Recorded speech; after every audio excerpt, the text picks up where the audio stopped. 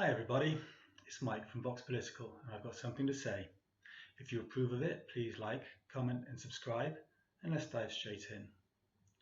On Easter Monday, I sent an open letter to the Prime Minister, Chancellor of the Exchequer, Work and Pensions Secretary, the national press, outlets and disability organisations, providing detailed concerns about the planned changes to personal independence payment and the disastrous effect they will have on the lives of disabled people.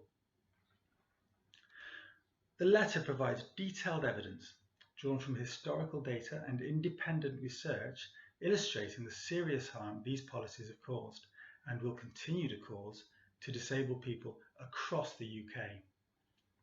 As the owner and writer of Vox Political, an organisation that closely follows government policy and social justice issues, I believe this is an urgent and vital matter deserving ministerial attention and a reconsideration of current plans. And what have I had back? The sound of crickets, tumbleweeds, no response at all, apart from some of the disability groups who were delighted, but most of their audience is already aware of the situation. So now I'm telling you. You can find a link to the letter which shows my sources down below. Here's what I wrote. The UK government is now proposing a new wave of cuts to disability benefits, knowing full well the deadly consequences of doing so. We know this because the last time similar policies were introduced, under Conservative-led governments from 2010 onwards, they resulted in tens of thousands of deaths, widespread mental and physical health deterioration, and a United Nations investigation that concluded the UK had committed, and I quote, grave and systematic violations of disabled people's rights. We know this because your own departments produced evidence confirming it. And we know this because it is happening again. This is an appeal and a warning. You cannot say you were not told. What you are planning is not simply a matter of difficult decisions or tough fiscal choices. It is a policy course that history has shown leads directly to suffering and premature death. Any government that proceeds down this path now is doing so with eyes wide open. Between 2011 and 2019, more than 100,000 sick and disabled people died within 6 months of being found fit for work by the Department for Work and Pensions. At least 590 additional suicides were directly linked to welfare reforms, according to academic studies. A 2019 report commissioned by NHS England and published by Scope found nearly 40% of disabled people said their mental health deteriorated due to benefit cuts, and 1 in 4 could no longer afford medication or therapy. The UN condemned the UK for violating disabled people's rights due to austerity policies, and coroners linked multiple deaths to benefit sanctions and assessments. The excuse given for inflicting the new wave of cuts is that they are needed to tackle fraud in the disability benefit system. But fraud is historically negligible in disability benefits, particularly PIP, which was fraud-free, 0.0%, before policy changes and remains at just 0.4% according to the DWP's own figures. Of the total £9.7 billion lost to fraud and error across the benefit system, just £190 million came from disability benefits, only 2.35%. The Resolution Foundation has calculated that the current government's new cuts will push 250,000 more people into poverty and take up to £10,300 per year from disabled families. The plan has already caused a mental health crisis, as people with severe conditions are already reporting suicidal ideation in anticipation of the reforms. This is creating an extra burden for the NHS and emergency services before the policy even becomes law. These are not projections, these are facts. And if these reforms go ahead, the responsibility will lie with the ministers who enacted them. Let's have some historical context. The effects of welfare reform on disabled people have been thoroughly documented. Cuts to ESA, the replacement of DLA with PIP, the flawed work capability assessments, the bedroom tax, and the introduction of universal credit created a hostile environment for some of the most vulnerable members of society. The British Medical Journal has published peer-reviewed studies showing that the reassessment of over 1 million disabled claimants between 2010 and 2013 led to an increase of 290,000 people with mental health problems, increased antidepressant prescribing, an estimated 600 additional suicides. NHS England commissioned the charity Scope to assess the impact of Conservative-led welfare reforms from 2010 onward. Their 2019 Disability Price Tag report found disabled households faced additional costs, averaging £583 per month. 1 in 5 disabled people struggle to afford food. 1 in 3 disabled people cut back on heating. The transition from DLA to PIP, along with ESA sanctions and the bedroom tax, worsened poverty and led to declining health and increased isolation. Many reported worsening mental and physical health. Some could not afford medical equipment or therapy.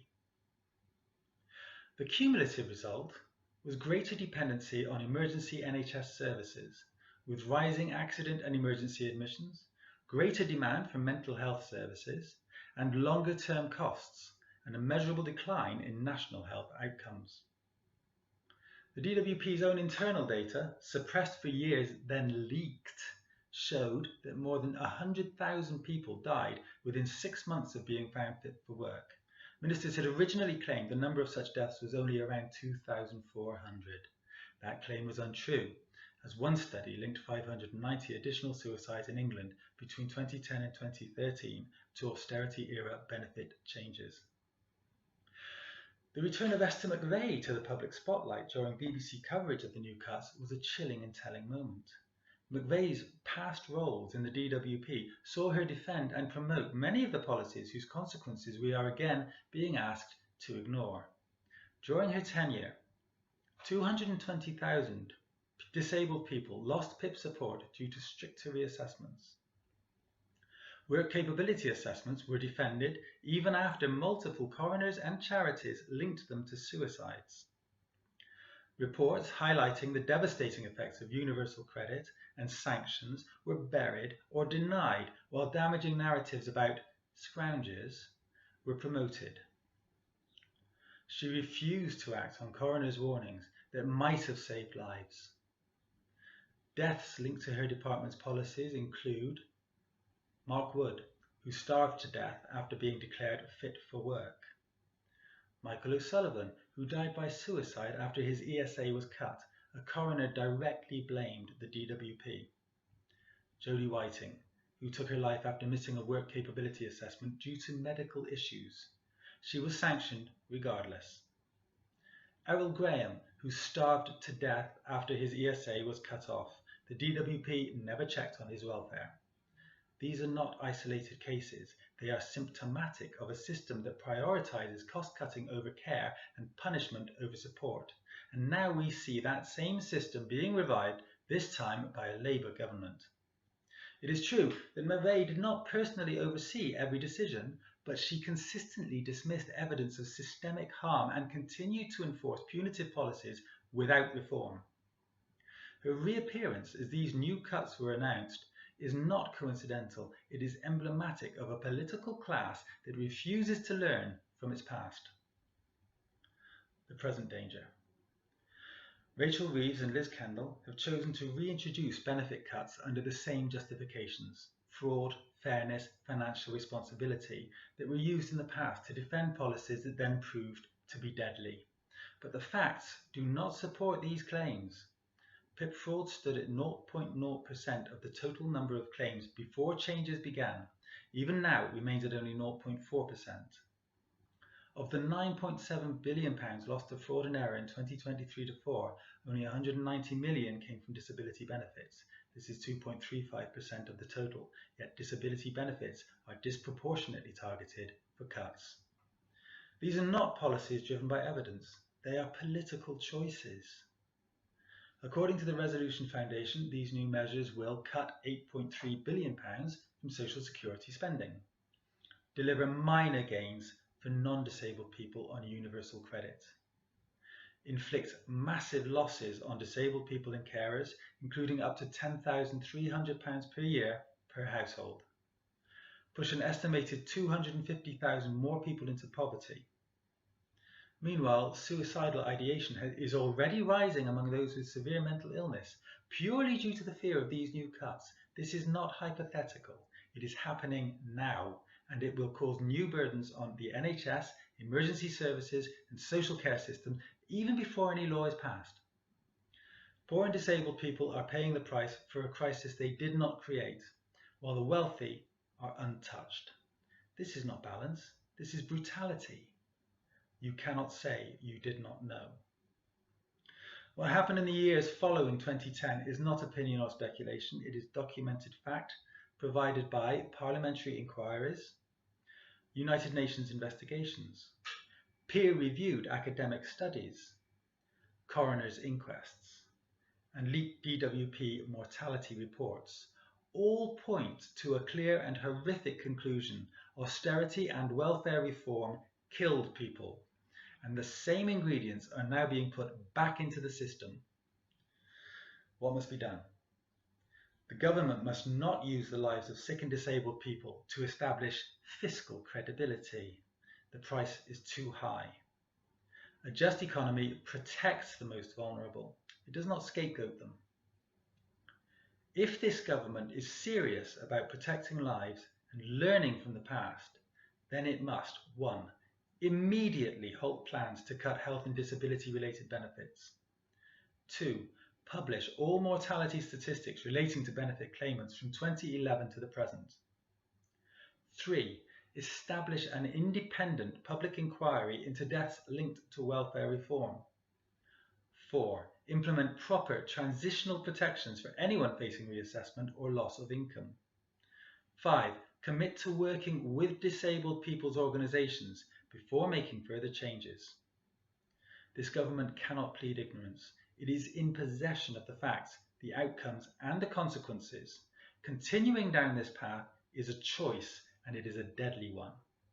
You will not be able to say you did not know. That's the letter. If you're as concerned about this as I am, please share this video clip. If the authorities won't do anything, then it's up to ordinary people. Isn't that usually the case? As I said before, like, comment and subscribe. I've been Mike Sevier, and you can see me in the next one.